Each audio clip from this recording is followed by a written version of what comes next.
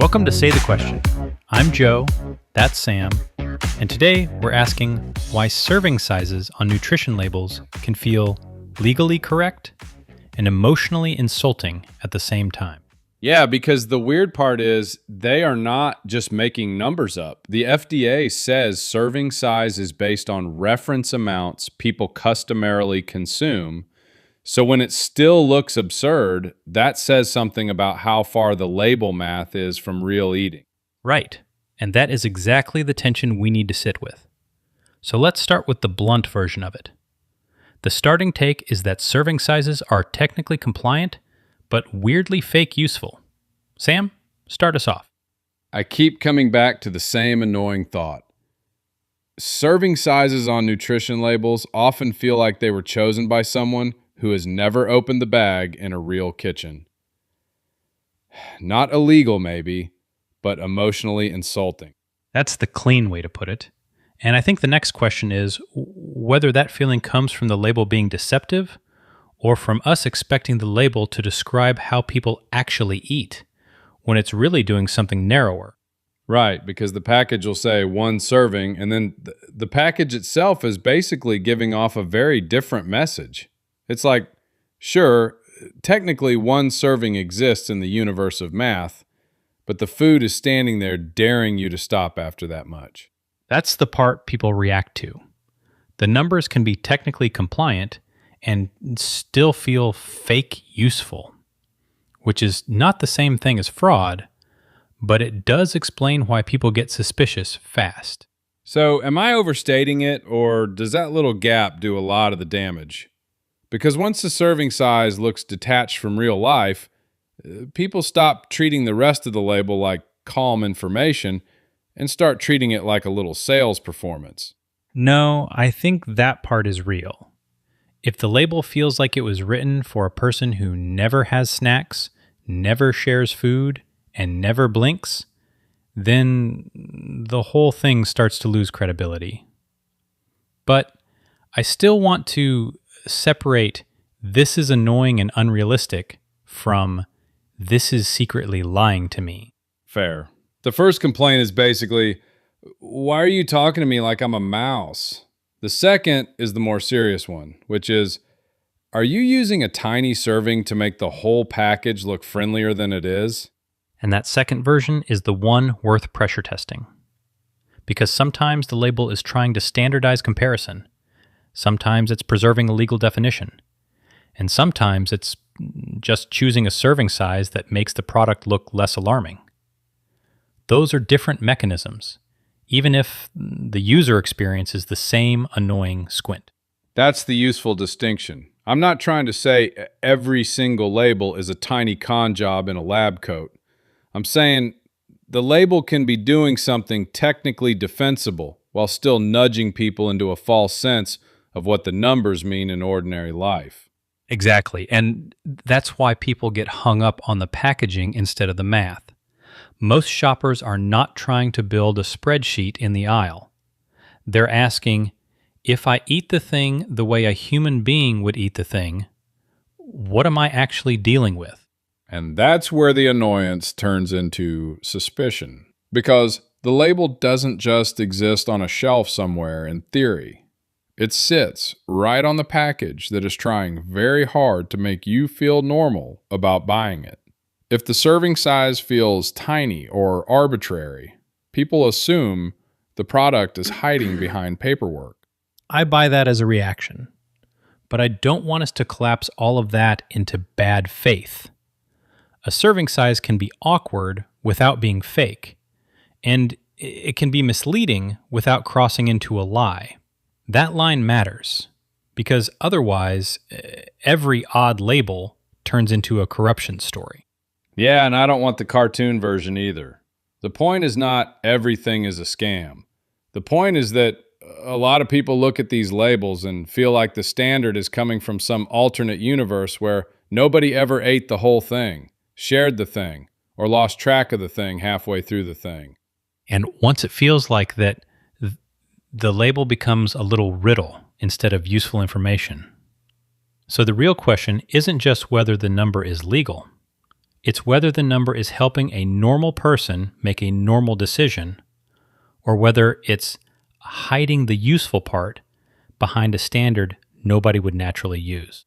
That's the job here, then. Take the weird little number seriously, see when it's just a different standard, and see when it's doing the classic, technically valid, emotionally absurd thing. Because those are not the same complaint, even if they show up on the same label. Okay, but before we say the label is being cute or misleading, we should pin down the basic thing it is actually doing. A serving size on a nutrition label is a standard reference unit. It is not automatically a recommendation, and it is not the same thing as what a person normally eats. So the label is basically saying, here is the math unit, not here is a sane amount of food for a human being. Because people keep reading it like the second thing, and that is where the whole thing starts feeling sketchy. That's the useful distinction. Serving size is the unit the numbers are built on. Portion is what ends up on your plate. And what you realistically eat is often somewhere else entirely. Those are three different things, even if everybody blurs them together when they are staring at the box at 8 p.m. and trying to be reasonable for 12 seconds. And the blur is not an accident from the consumer side. The package puts a number in front of you, your brain treats it like guidance, and suddenly you're doing label arithmetic while trying to live your life. That is where the annoyance comes from, because the label feels like it wants the authority of advice without actually saying it is advice. Sure, but if we're being fair, the label is also trying to standardize comparison across products.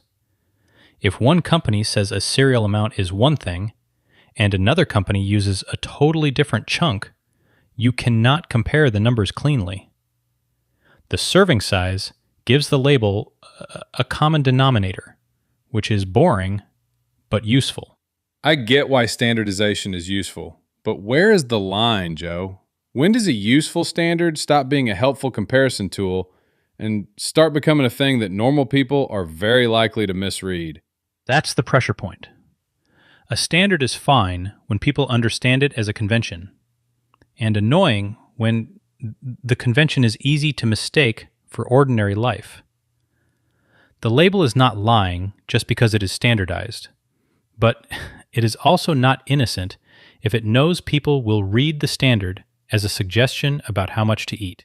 Right, and that's the part that gets under people's skin. The label can be technically defensible while still feeling like it is speaking in a weird little code.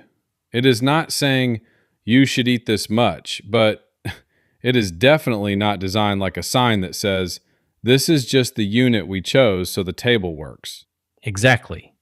And that is why the complaint should stay honest. The complaint is not, this definition exists, therefore it is fraud.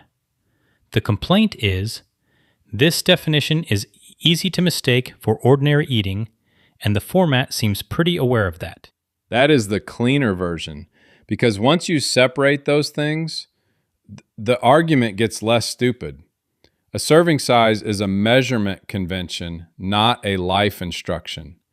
But a lot of people do not experience it that way because the label invites them to treat the convention like a verdict. And that is a real design problem, even if it is not a conspiracy. If the label only makes sense once you already know the code, then it is not really plain language. It is label language.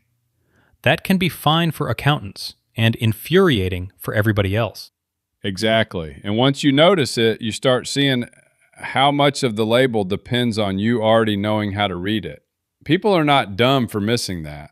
They are just being asked to decode something that looks straightforward from 5 feet away. That's the honest tension. On paper, the definition is defensible. In real life, it can still feel like the label is pretending to be more intuitive than it is. The number is standardized so products can be compared, but the standard itself can create a false sense of normal. And that is why the complaint does not go away just because the definition is clean. The definition explains the rule. It does not make the rule feel natural. So the next question is not whether the label has a logic. It clearly does. But whether that logic is being used in a way that keeps people informed instead of just slightly played. Okay, so here's why people get weird about this. The label is technically telling the truth, but it feels like the truth showed up wearing a fake mustache. That's the suspicion, yeah. You're not imagining the mismatch. And you're also not crazy for reacting to it. If a bag says 150 calories, and then you look closer, and that's for half the thing, your brain goes, come on. Most people are reading it with actual eating in mind, not with a measuring cup and a lab coat. And that's the key part. The average person isn't sitting there trying to defeat the label with math. They're trying to figure out whether the thing is a reasonable snack, cereal, drink, whatever it is. Exactly. Nobody opens a package and thinks, I hope my relationship with this food is 1/3 of a serving forever. They eat a bowl, a handful, a bottle. The package knows that. Careful, though, knows that is a little stronger than we can prove. But it can absolutely be built around the reality that people often eat more than the listed serving. And that changes how the numbers land. Right, and that's the part that irritates people. The label can make the calories or sugar look smaller without changing the fact that the whole container is still the whole container. It also creates this tiny moral trap. You see the number, you think you've understood the product, and then later you realize you were looking at a version of the product that assumes unusually careful behavior. That's the emotional insult. It's not just, here's information. It's, here's information in a form that quietly assumes you behave like a showroom sample. So let me pin you down. Is the problem the serving size itself, or the way the package lets the smallest version do all the talking? Mostly the second. If the package says per serving and also makes the per container total easy to find, fine. But when the big front-facing number is the tiny one, people feel steered. That's the clean distinction. A small serving can be legitimate. The sketchy feeling comes from presentation that makes the tiny amount feel like the main reality. And that presentation matters because people don't live in label land. They live in bowl land, spoon land, after work snack land. They're not asking what counts as an ideal half unit in the abstract. No, they're asking, what happens if I eat the amount that feels normal to me? That's a real question. And the label can answer it badly if it only spotlights the smallest serving. And then people blame themselves for not being disciplined enough, which is the annoying part. Sometimes the issue is not that somebody misread a moral test. It's that the frame made ordinary eating look like a bad decision. That's a good distinction. It doesn't mean the label is secretly lying. It means the structure can push people toward a conclusion that feels harsher than the actual product deserves. And honestly, that is where the distrust comes from. Not because everybody thinks there's a villain in a back room, but because the label can look like it's daring you to compare the wrong number and then feel dumb later. Do you think that's the cleanest way to say it? Comparing the wrong number? Because that sounds less conspiratorial and more like the package is making the easier interpretation the misleading one. Yeah, that's better. It's not that the information isn't there. It's that the easiest reading is often the one that hides how much a normal person is actually going to eat. Which is why the annoyance sticks. It's a framing problem more than a nutrition problem. And the framing is doing a lot of quiet work. Yeah, fake useful is the right phrase. Not false, just useful in a way that stops being useful the second you try to eat like a person. And that sets up the next question, which is what the label is actually doing when it chooses those tiny units in the first place. Okay, so the weird part isn't just that the number is small. It's that the label makes a tiny unit feel like the normal unit.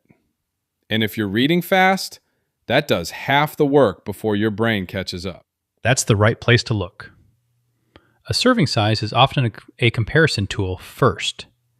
It sets the basis for the numbers, and only secondarily, a hint about how anyone might actually eat the thing. So the label isn't exactly saying, this is dinner. It's saying, here is the slice of reality we chose so the math can fit on the box. Pretty much. And once you know that, the annoying part becomes obvious. The label can be technically true while still guiding you toward a specific impression, because most people read the headline numbers and move on. And the package absolutely knows that. Nobody is standing there like, please enjoy the full context at your leisure. The front of the box is trying to win the first glance. Yeah. And it does that by making the serving basis look like a neutral fact instead of a framing choice. Right. And the fine print isn't even always fine print in the sneaky sense. Sometimes it's just normal label text. But if I have to go looking for the actual basis, that already tells you something. That's fair. The label is not necessarily hiding the information, but it is making the easiest reading path the most flattering one. And that is where the suspicion comes from. Which is why people say it feels fake useful. The information is there, but it feels arranged so you notice the calm number first and only later realize what it was based on. And there's a difference between deceptive and optimized. I don't think you need to accuse every label of lying to notice that the presentation is doing persuasion work. Joe, am I overstating it if I say the label is basically using a legal definition to make the product look less intense than the raw amount might feel in real life? That's the better version. It's a standardized comparison system that can still be framed to make the product feel more reassuring than the raw amount would on its own. Okay, so the mechanism is not magic. If the serving basis is small, the first number people see looks smaller, and the package gets to borrow that calm. Exactly. And package design matters too. Bigger type, friendlier colors, clean layout, all of that tells your eye where to land first, before your brain starts doing the boring part. That is the little scammy feeling part. Not a crime, not some grand plot, just a system where the first thing you notice is selected to make the rest feel less alarming. That's the useful distinction. There may not be a bad actor in the room, but there is definitely an incentive to make the label readable in the most product-friendly way. And most people are not sitting there with a ruler and a calculator. They are just trying to buy lunch or snacks without doing extra math in the aisle. Which is why the emotional response is reasonable. If the label's first impression and the actual quantity are out of sync, people will feel played, even when the sentence on the package is technically correct. So where would you draw the line between a technical standard and something that is basically trying to steer the buyer? When the format makes the comparison easier than the understanding, you're in steering territory, even if the underlying statement is still accurate. Right. So the next step is checking whether the rule itself creates that incentive or whether brands are just choosing the most flattering version of the truth. And that's the part worth proving. Because once you separate the rule from the presentation, the argument gets a lot cleaner. And that's the part that makes people roll their eyes. The label isn't merely describing the thing, it's asking you to compare it on terms that are neat on paper and weird in the real world. That's the sharper criticism. Not the label is fake, but the label is using a clean standard to create a friendlier first impression. Those are different claims, and the second one is the one that survives. So the honest read is, yes, it gives you a real comparison point, but it's also choosing the comparison point. And that choice matters because Most people are not reading it like a statistician. No, they're reading it like shoppers, which is the whole issue. Shoppers don't want homework. They want to know whether the thing looks normal or outrageous. And if the design makes outrageous look normal for just long enough to get the sale, that's where the irritation comes from. Exactly. It's not that the label can't speak the truth. It's that the label can say the truth in a way that gently pushes your eye and your assumptions, and that's where the receipts matter. Okay, so the labels aren't just some random brand doing little nutrition theater. What actually forces these weird serving sizes into existence? Because if there's a real rule behind it, I want to know whether the rule is sensible or just bureaucratic with nicer fonts. That's the useful next question. The short version is that, on U.S. nutrition facts labels, serving size is supposed to be based on reference amounts customarily consumed, or RACCS. Basically, what people commonly eat, not what a company feels like inventing that morning. So there is a framework. That already makes it less ridiculous and more annoying because now the label isn't lying exactly. It's being technical in a way that still feels fake when you look at it and think, who eats this much? Right, and the labels are also supposed to translate that standardized amount into ordinary kitchen language. The FDA says serving size shows up as a common household measure: cup, tablespoon, piece, slice, jar, followed by grams. So the number isn't floating in a vacuum. It's meant to be readable on the package and comparable across products. Okay, so the real point is comparison, not vibes. If one brand gets to define a serving one way and another brand defines it a different way, the label becomes useless for side-by-side reading. But even then, one piece or half a cup can still feel weirdly tiny in real life. That's the part worth protecting.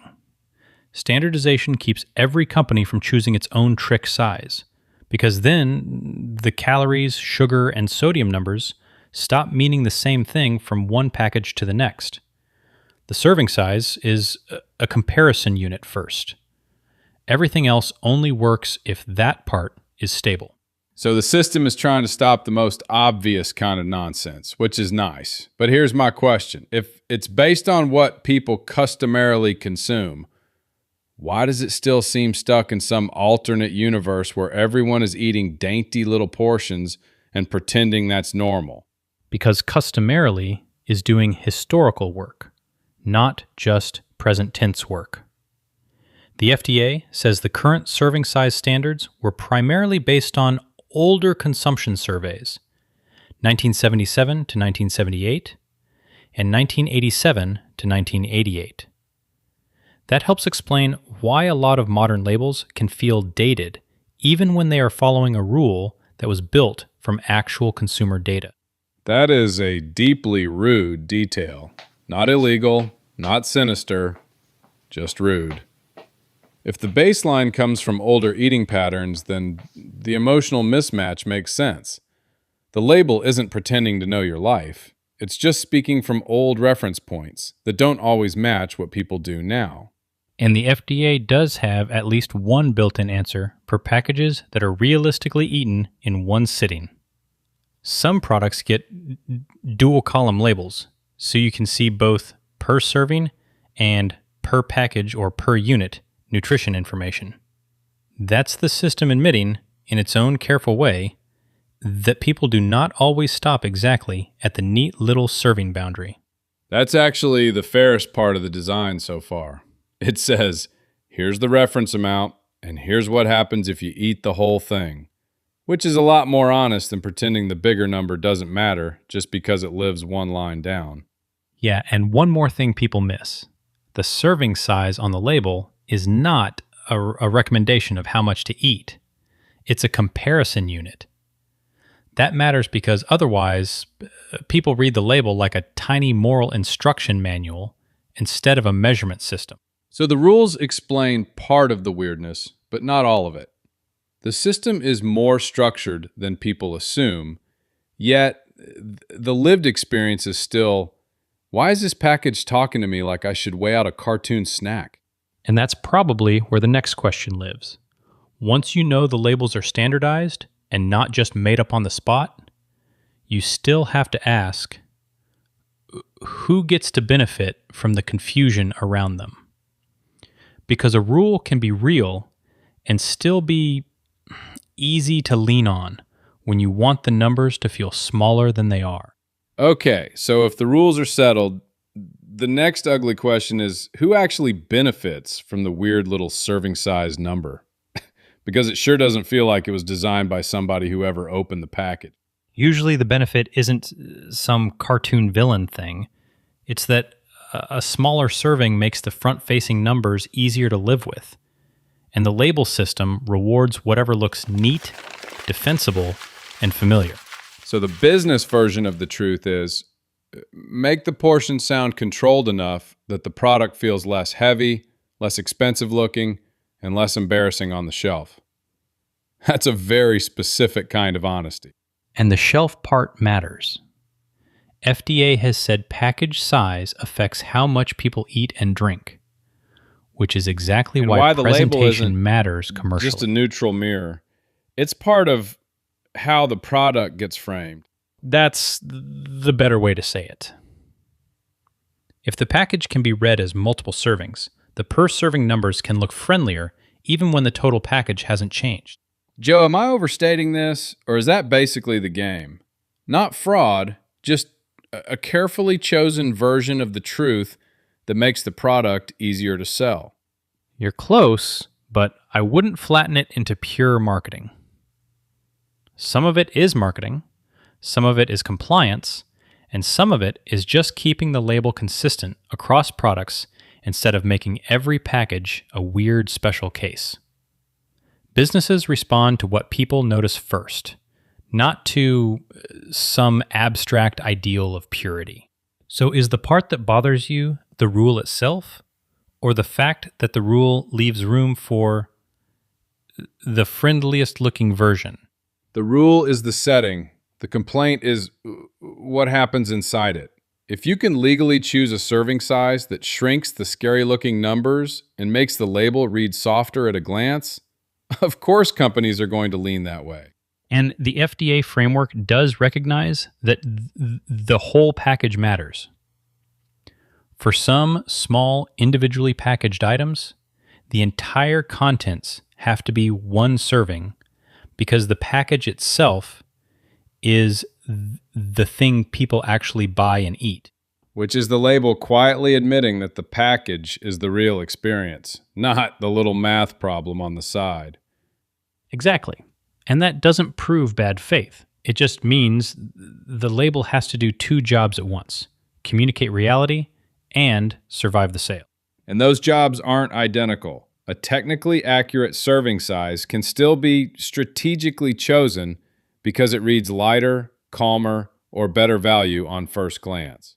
Right, and once you see that, the polite answer becomes easy. We followed the labeling rules. The real answer is a little less sterile. We followed the rules in the way that made the product look friendlier.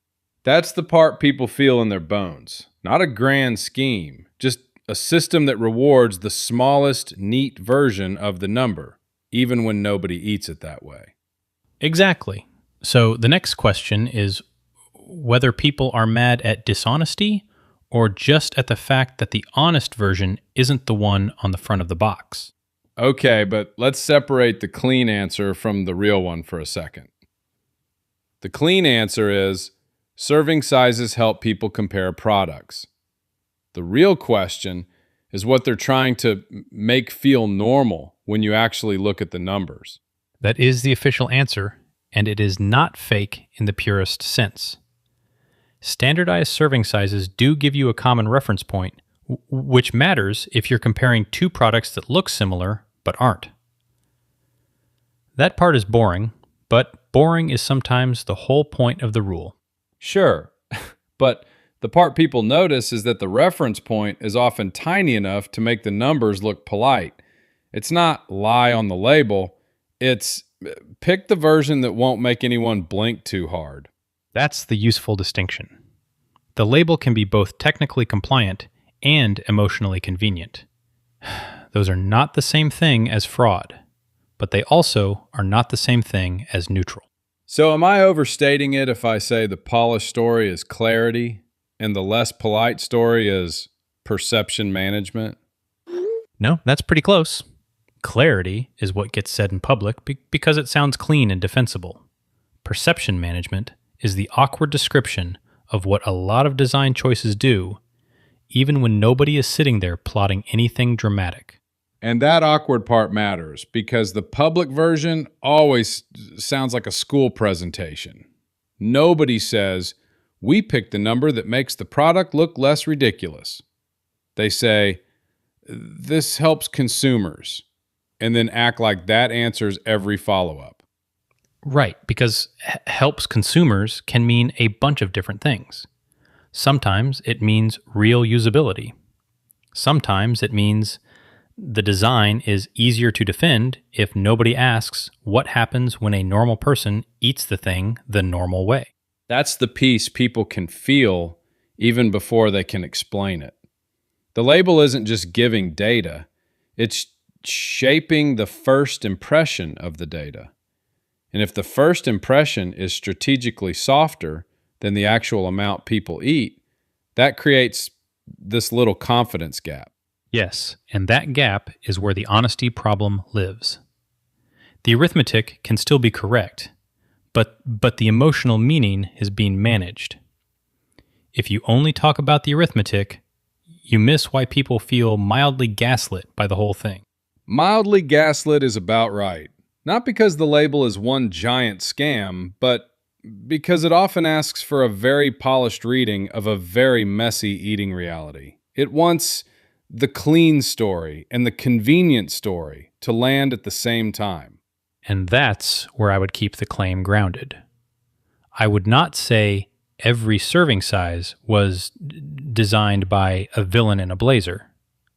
I would say institutions like explanations that sound neutral, because neutral explanations are easier to defend than ones that admit, we also care about how this feels on the shelf. Okay, but that still sounds like two motives living in the same house. One is legitimate standardization. The other is making the product seem less weird. And the annoying part is that those can coexist without anyone having to confess anything dramatic. Mostly, yes. Mixed purpose design is the honest frame here. The mistake is either pretending it's pure public service or treating every compromise as a secret plot. The better read is that the system wants to be technically right and socially easy to accept. So the real answer is less sexy, but more useful. Serving sizes are information, plus a bit of image management, plus a lot of incentive to make the numbers feel manageable. That's why people don't trust the vibe, even when the label is following the rule. That is the cleanest version.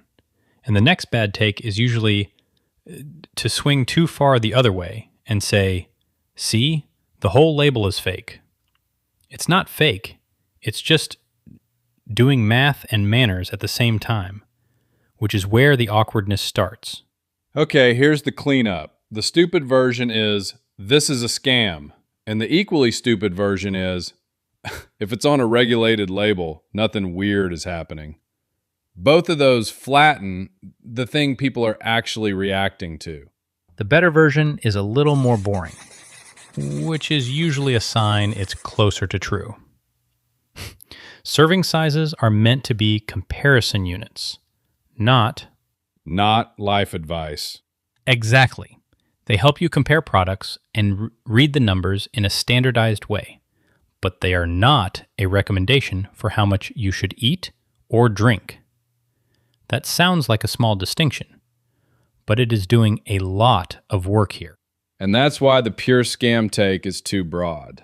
A label can be technically doing its job and still feel fake useful. Because the number is often attached to an amount that does not match how a normal person actually uses the package. Right, but the opposite mistake is pretending the label is more honest than it is.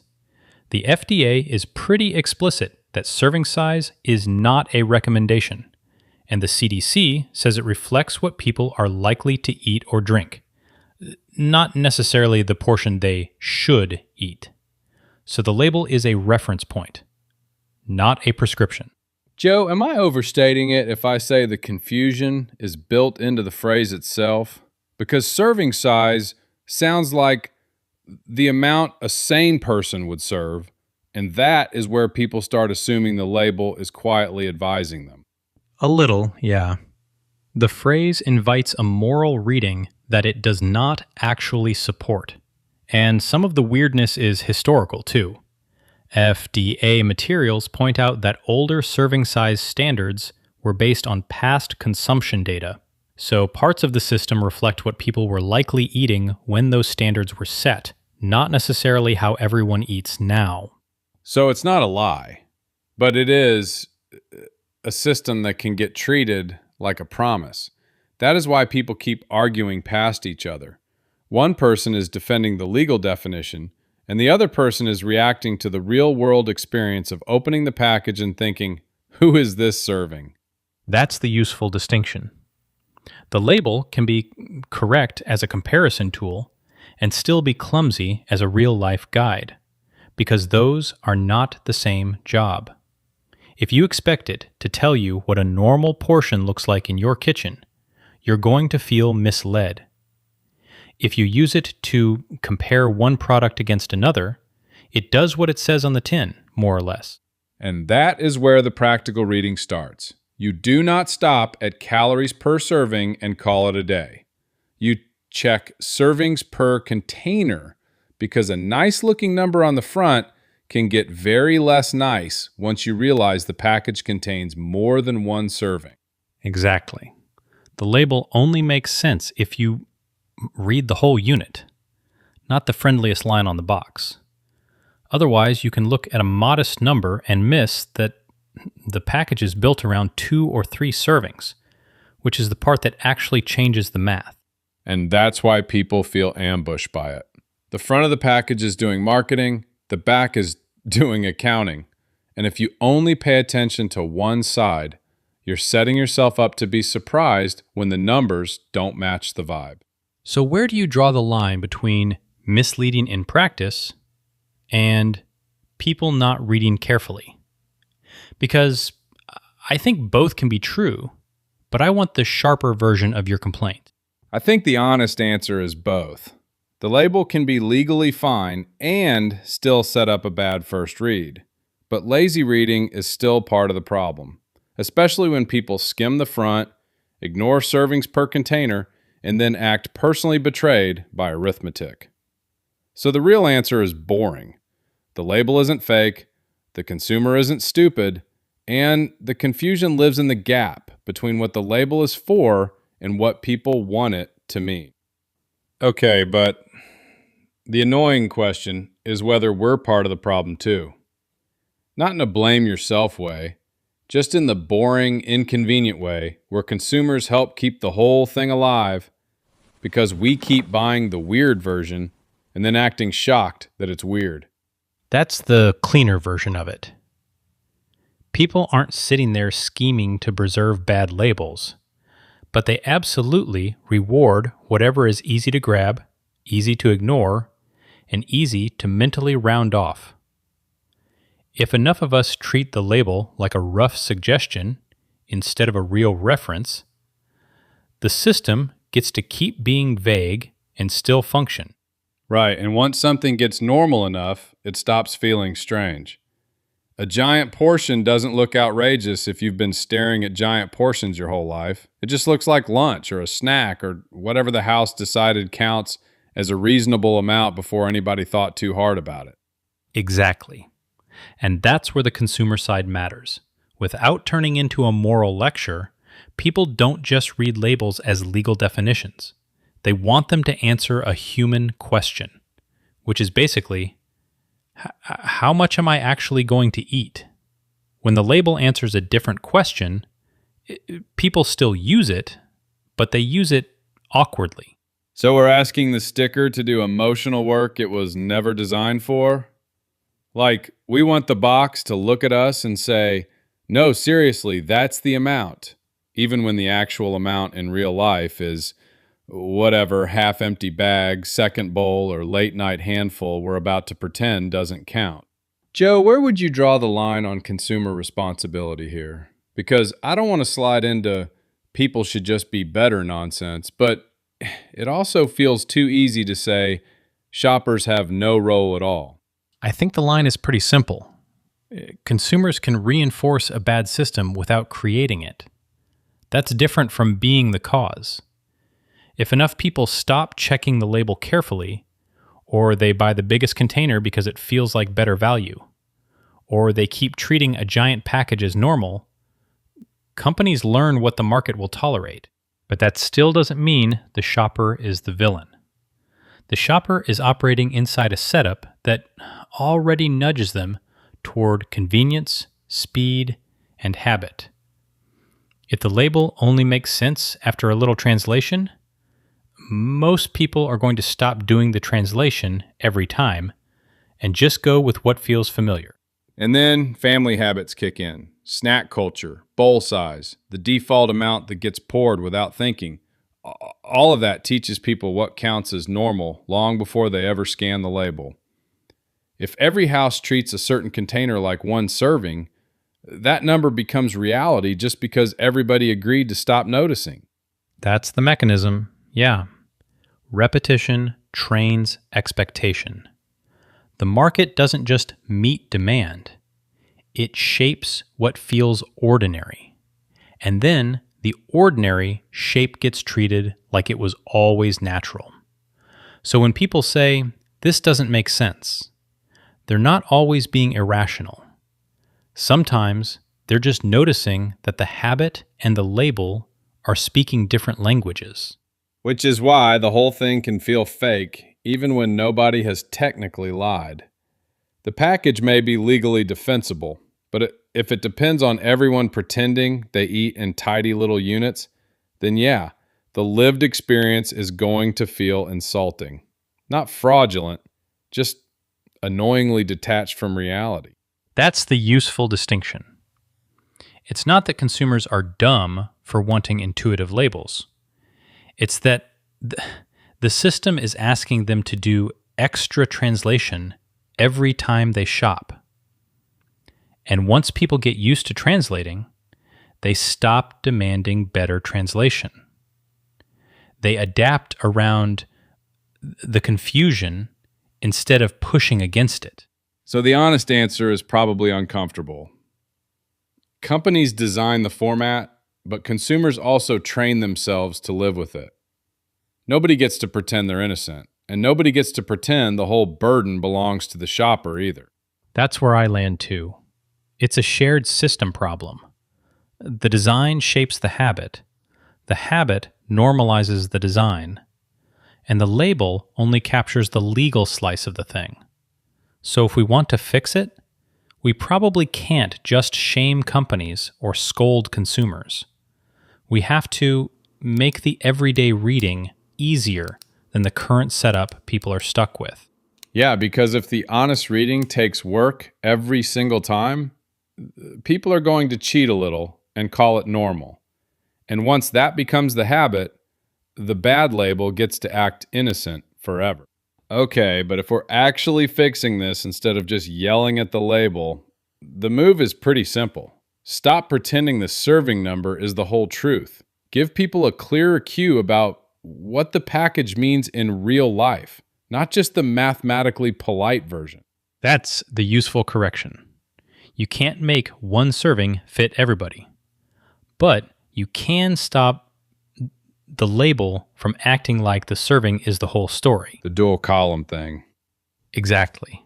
FDA already uses dual column labels for some products, which is basically the system admitting that the whole package view matters too.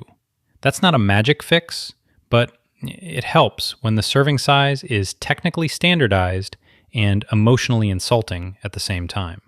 And that's what people are actually reacting to. Nobody is out here saying, I demand all cereal be legally described in my exact appetite units. They're saying, don't make the label feel like it was designed by someone who thinks one snack is a moral achievement. Right, and that's where better front-of-pack cues would help. You do not need a giant overhaul or some fantasy where every package becomes a nutrition dissertation. Even a cleaner visual signal that separates standardized serving math from whole package reality would make the label easier to read at a glance. So basically, show me the serving, show me the container, and stop making me do subtraction in the snack aisle like I work for accounting.